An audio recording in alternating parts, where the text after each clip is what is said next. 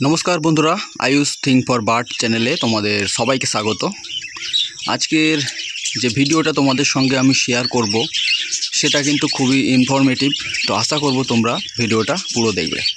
तो आजके जे भिडियोटा निये तुम्हारे संगे आलोचना करते चले एलाम तार टपिकटा होच्छे आमरा अनेक समय चेष्टा करी जे कलोनी ब्रिड करार, कारण सेपारेट केज ब्रिडिंग करार मतो परिस्थिति आमादेर थाके ना।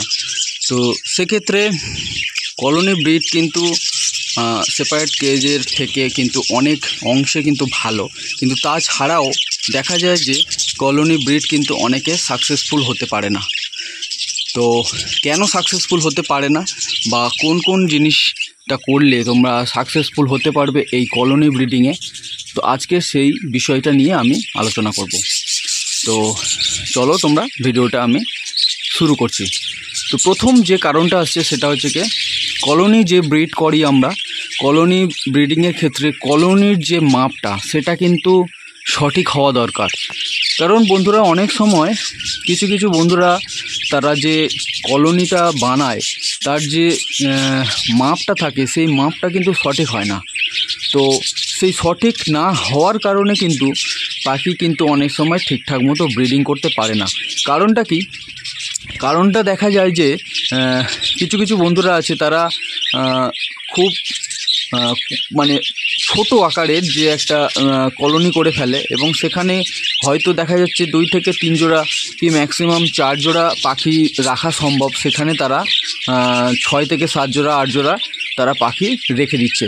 तो एई क्षेत्रे समस्याटा हये जाय किन्तु ब्रिडिंगेर क्षेत्रे, कारण जखन पाखी छोटो थाके तखन किन्तु अतटा समस्या हय ना, किन्तु जखन ब्रिडिंग मुडे आसे पाखिगुलो सेक्षेत्रे किन्तु पाखिदेर मध्य मारामारि प्रचुर हय, कारण तारा भाঁড় नेওয়ার জন্য ছটপট করে। সেক্ষেত্রে খুবই অল্প জায়গায় অনেকগুলো ভাঁড় থাকার কারণে তখন কিন্তু মারামারিটা হয়।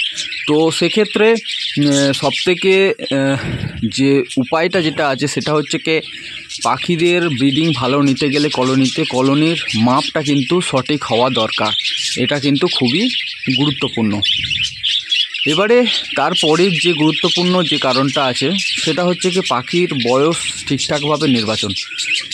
এক্ষেত্রে আমি একটা কথা বলি, পাখির সেপারেট কেজে যখন ব্রিডিং আমরা করি আর কলোনিতে ব্রিড আমরা যখন করি তো সেম এজের পাখি কিন্তু রেখে দেওয়ার পরেও আমরা কিন্তু লক্ষ্য করি যে কলোনিতে কিন্তু খুব তাড়াতাড়ি পাখি ব্রিডিং মুডে চলে আসে সেপারেট কেজের তুলনায়।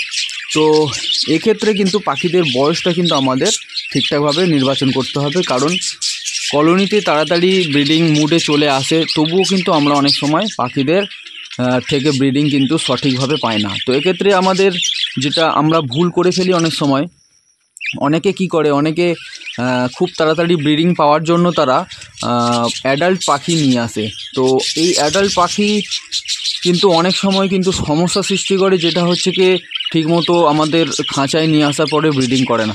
তো সেই জন্য আমি বলবো বন্ধুরা তোমরা সবসময় বাচ্চা অথবা সেমি অ্যাডাল্ট পাখি নিয়ে আসবে। তো এক্ষেত্রে যখন কেউ পুরোপুরি অ্যাডাল্ট পাখি নিয়ে আসবে তার জন্য একটা ব্যাপার থাকে যে কোনো জায়গায় কোনো বন্ধু হয়তো তাদের আছে, তারা মানে তাদের পুরোপুরি সেট আপ তারা বিক্রি করে দিচ্ছে এবং তাদের অবশ্যই ভালো ব্রিডিং হয়। তো সেই রকম জায়গা যদি পাও সেখান থেকে যদি তোমরা পুরোপুরি ফুল অ্যাডাল্ট পাখি নিয়ে এসে ব্রিডিং করাও তাহলে ঠিক আছে। আদারওয়াইজ কোথাও পাইকারি বা অনেক জায়গায় পাখি বিক্রি হয় সেখান থেকে দোকান থেকে তোমরা মানে ফুল অ্যাডাল্ট পাখি নিয়ে চলে এলে তখন কিন্তু হবে না, কারণ ম্যাক্সিমাম সবাই কিন্তু ফুল অ্যাডাল্ট পাখি যারা ব্রিডিং করছে সেই পাখিগুলো কিন্তু বিক্রি করে না। তো যখনই বিক্রি করে তখনই সমস্যা আছে, সেই কারণেই কিন্তু তারা বিক্রি করে। তো এক্ষেত্রে আমাদের সবথেকে বড় ভুলের কারণ হয়ে যায় এই কলোনির ক্ষেত্রে, আমরা ফুল অ্যাডাল্ট পাখি নিয়ে এসে আমরা ভাবি যে আমরা সেখান থেকে ব্রিডিং পাবো। তো সেটা নয় বন্ধুরা, অবশ্যই তোমরা বাচ্চা পাখি অথবা সেমি অ্যাডাল্ট পাখি নিয়ে আসবে। এক্ষেত্রে কি হবে, তারা তোমাদের যে কলোনি আছে সেই কলোনিতে আসার পরে 3-4 মাস তোমার এখানে স্টে করার পরে অবশ্যই এখানকার সঙ্গে পুরো সাবলীল হয়ে যাবে এবং তারপরে কিন্তু সেখান থেকে তারা ব্রিড করা শুরু করবে। এক্ষেত্রে তোমরা ব্রিডিংটা কিন্তু খুব ভালো পাবে। তো এরপরে যে কারণটা আছে সেটা হচ্ছে কি পাখিদের ভাঁড় সঠিক সময়ে দেওয়া।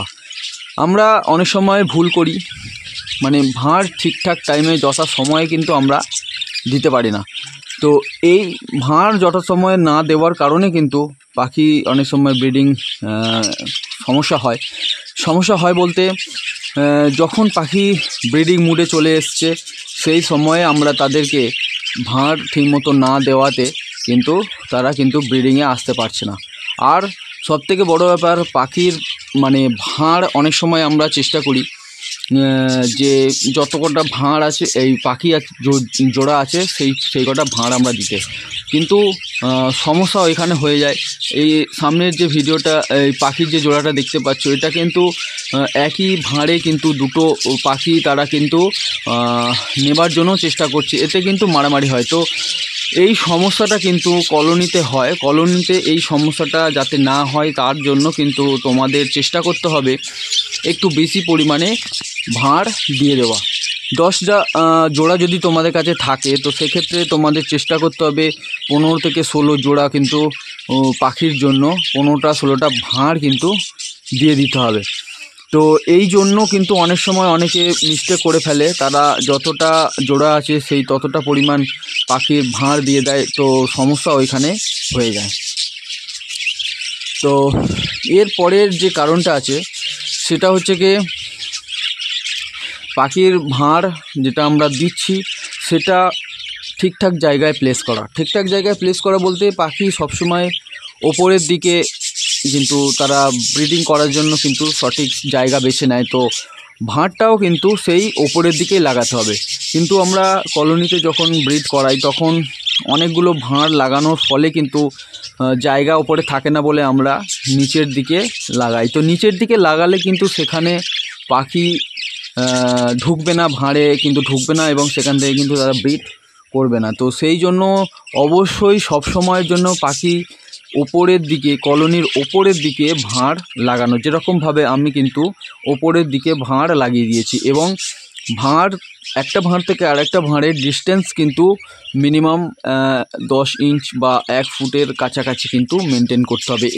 এর জন্যই কিন্তু অনেক সময় পাখি মারপিটটা বেশি হয়, গায়ে গায়ে পাখির ভাঁড় রাখার ফলে কিন্তু সমস্যা হয়। সেক্ষেত্রে এই রকমভাবে যদি তোমরা ভাঁড় লাগাও তাহলে কিন্তু সমস্যাটা আর হবে না, পাখি কিন্তু ভালো ব্রিড করবে। তো এরপরে আরেকটা যে সবথেকে বড় কারণ হয়ে যায় যে পাখি কত জোড়া আমরা কলোনিতে নিয়ে স্টার্ট করব। তো এখানে একটা কথা বলি, অনেক সময় অনেক বন্ধুরা বেশি পাখি নিয়ে শুরু করার চেষ্টা করে, 50 জোড়া 100 জোড়া, অনেকে যাদের পয়সা আছে। তো এক্ষেত্রে আমি বলবো যে অত পাখি না নিয়ে শুরু করাটাই ভালো। কারণ যদি তোমরা জেনে থাকো, বুঝে থাকো তাহলে ঠিক আছে, যদি তোমরা মানে নতুন হও তাহলে অবশ্যই 8 থেকে 10 জোড়া পাখি নিয়ে কিন্তু তোমাদের শুরু করাটা ভালো, বা তার থেকেও যদি কম হয় 5 জোড়া নিয়ে স্টার্ট করা ভালো। কিন্তু এখানে একটা জিনিস তোমাদের খেয়াল রাখতে হবে যে তোমরা যদি এটাকে ব্যবসায়িক ভিত্তিতে শুরু করো তো তখনই কিন্তু চেষ্টা করতে হবে, তোমরা যদি 5 জোড়া পাখি নিয়ে শুরু করবে বলে ঠিক করেছো, এক্ষেত্রে 10 জোড়া পাখি কিন্তু তোমাদের কিনে নেওয়া ভালো। কারণ কি হবে, যখন তোমরা বাচ্চা পাখি বা সেমি অ্যাডাল্ট পাখি তোমরা নিয়ে স্টার্ট করবে, তখন তোমরা যেখান থেকে নিয়ে আসবে সেখানে তো অবশ্যই তারা জোড়া থাকে না, তো তোমাদের রুমে আসার পরে কিন্তু তারা জোড়া নেয়। তো আমরা যদি মনে করি যে 5 জোড়া পাখি রাখবো, তো 5 জোড়া পাখি 5টা ছেলে এবং 5টা মেয়ে, তো এই রকমভাবে কিন্তু আমরা পাখি নিয়ে আসি। কিন্তু অনেক সময় কি হয়, দেখা যায় যে আমরা যে পাখিগুলো নিয়ে আসি তাদের মধ্যে বন্ডিং হয় না, তো অনেক সময় কি হয় যেটা তারা জোড়া নেয় না। তো এক্ষেত্রে এক্সট্রা যদি পাখি থেকে থাকে তাহলে কি হবে, তাদের মধ্যে জোড়া হওয়ার সম্ভাবনাটা কিন্তু বেশি থাকে। না হলে কিন্তু হয়তো কোনো মেল পাখিকে কোনো ফিমেল পাখি পছন্দই হলো না, তারা কিন্তু জোড়া নেবে না। তো সেই জন্য 5 জোড়া পাখি নিয়ে যদি তোমরা স্টার্ট করো, 5 জোড়াই রাখো, সেখান থেকে হয়তো দেখা যাবে যে 3 জোড়া কি 2 জোড়া হয়তো ভালোভাবে সেট হয়েছে আর পাখিগুলো সেট হয়নি। তো সেই জন্য কিন্তু তোমরা অসুবিধায় পড়তে পারো বা তোমাদের লস হবার সম্ভাবনা কিন্তু বেশি থাকে এই কলোনি থেকে। তো সেই জন্যই বলবো বন্ধুরা তোমরা যখন শুরু করবে অবশ্যই 5 জোড়া পাখি নিয়ে যখন শুরু করার চিন্তাভাবনা আছে, তো সেক্ষেত্রে আরও 3 জোড়া কি 4 জোড়া এক্সট্রা করে তোমরা কিন্তু সেই কলোনিতে রেখে তোমরা স্টার্ট করবে। তার জন্য কিন্তু অবশ্যই তোমাদের ব্রিডিংটা কিন্তু পরে ভালো আসবে, কারণ জোড়াটা কিন্তু পারফেক্ট, অনেকগুলো জোড়া কিন্তু তোমরা একসাথে পাবে। তো এছাড়া আরেকটা যে কারণ আছে বন্ধুরা, সেটা হচ্ছে কি পাখির ভিটামিন এবং ক্যালসিয়াম ঠিকমতোভাবে খাওয়ানো এবং তাদের ওষুধপত্র ঠিকঠাক মতো খাওয়ানো। কারণ ব্রিডিংয়ের আগে, ডিম পাড়ার আগে কিন্তু পাখিদের শরীরে কিন্তু ভিটামিন ক্যালসিয়ামের দরকার কিন্তু প্রচুর পড়ে। তো সেই জন্য বলবো বন্ধুরা, অবশ্যই তোমরা যখন পাখি ব্রিডিং মুডে আসবে, ডিম পাড়বে, তার আগে কিন্তু তোমরা তাদেরকে ভিটামিন এবং ক্যালসিয়াম কিন্তু খাওয়াবে।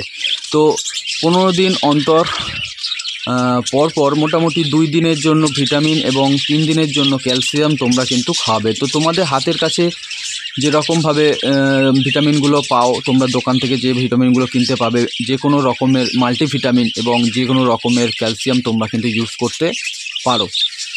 এছাড়া যদি তোমরা এই ব্রিডিং পেয়ারের যে ব্রিডিং কোর্স কিভাবে কমপ্লিট করাতে হয় তার যদি ডিটেলস জানতে চাও, অবশ্যই আমার চ্যানেলে ভিডিও দেওয়া আছে, সেখানে গিয়ে তোমরা দেখে নিতে পারো। তো এই রকমভাবে ডিম পাড়ার আগে তোমরা যদি ক্যালসিয়াম এবং ভিটামিনের মাত্রা যদি ঠিকঠাকভাবে খাইয়ে দিতে পারো, তাহলে তোমাদের যে পাখিগুলোর ডিম পারবে সেই ডিমগুলো কিন্তু খুবই ভালো হবে এবং সবগুলো কিন্তু ফার্টাইল হবে।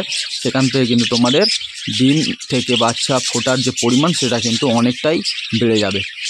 তো এই সকল পয়েন্টগুলো যদি তোমরা মেনটেন করে দেখে চলতে পারো, তাহলেই কিন্তু তোমরা কলোনি থেকে ভালো ব্রিড পেতে পারবে এবং এখান থেকে কিন্তু অনেক সময় দেখা যায় যে সেপারেট কেজের থেকেও বেশি বাচ্চা তোমরা পেতে পারো। কারণ যেহেতু পাখি ফ্রিলিভাবে ওড়াউড়ি করতে পারে এখানটায় কলোনিতে এবং ভালোভাবে খাওয়া দাওয়া এবং ঠিকঠাকভাবে থাকতে পারে। তো অবশ্যই যদি ভিডিওটা ভালো লাগে, ইনফরমেটিভ মনে হয়, যদি কাজের মনে হয়, তবে ভিডিওটাকে অবশ্যই একটা লাইক করো। আর যদি মনে হয় চ্যানেলকে সাবস্ক্রাইব করলে তোমাদের সুবিধা হবে, কারণ আমি নানান রকম পাখি সংক্রান্ত ভিডিও আমি দিয়ে থাকি। তো অবশ্যই চ্যানেলকে তোমরা সাবস্ক্রাইব করো। তো ভিডিওটা আজকের এই পর্যন্ত, আর নতুন কোনো ইনফরমেটিভ ভিডিও নিয়ে আবার তোমাদের সাথে আমি দেখা করব।